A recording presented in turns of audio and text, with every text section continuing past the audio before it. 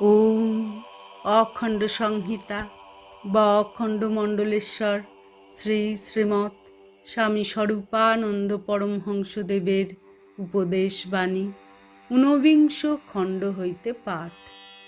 দেবত্ব ও তপস্যা। পাবনা জেলান্তর্গত হাপানিয়া নিবাসী অপর এক পত্রলেখকের পত্রের উত্তরে শ্রী শ্রী বাবামণি লিখিলেন, লোকে তোমাকে দেবতার মতন শ্রদ্ধা করে, ইহা লোকেরই সৌভাগ্য।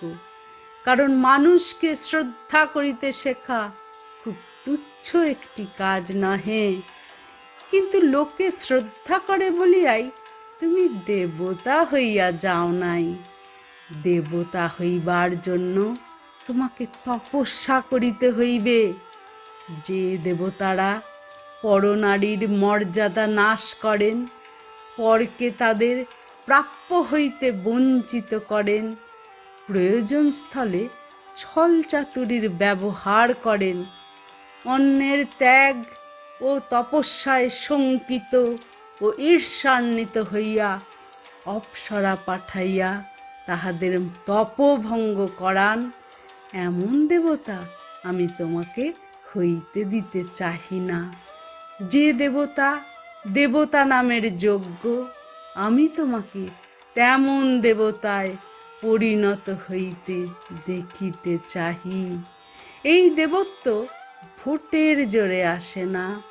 এই দেবত্ব সংবাদপত্রের শিরোনামা হইতে জন্মে না। এই দেবত্ব ব্যাংকে গচ্ছিত বিপুল বিরাট কুবের ভাণ্ডার দিয়া সৃষ্টি করা যায় না। এই দেবত্ব কবিত্বে নাই, বাগ্মিতায় নাই, বিদ্যাবত্তায় নাই, আছে ত্যাগে, চরিত্র বলে আর তপস্যায়। মানুষ তোমাকে শ্রদ্ধা করে, ভক্তি করে, ভালোবাসে, ইহা অত্যুত্তম কথা। এই শ্রদ্ধা, ভক্তি ও ভালোবাসাকে সিঁড়ির ধাপে পরিণত করিয়া তুমি ক্রমশ মনুষ্যত্বের উচ্চ হইতে উচ্চতর তুঙ্গে আরোহণ করো। আমি ইহাই চাহি। এই শ্রদ্ধা, ভক্তি, ভালোবাসা তোমার শিরঘূর্ণন উৎপাদন করিয়া তোমাকে পদচ্যুত, পথভ্রষ্ট ও অসংযত করুক, ইহা আমি চাহি না।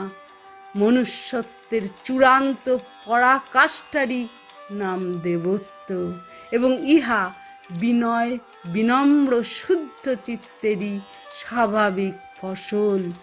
নিষ্ঠা ও বিনয় এই দুইটি জিনিস একত্র মিলিলে যে মণিকাঞ্চন সংযোগ ঘটে, তোমার পক্ষে তাহাকেই জানিবে তপস্যা। চলিতে চলিতে বিরাম চাহিও না, অবিচলিত বিক্রমে কেবলই চলিতে থাকো। কিন্তু মনে রাখিও, যতই উচ্চে উঠিতেছ, ততই তোমার সতর্কতার প্রয়োজন বাড়িয়া যাইতেছে। হরি ওম।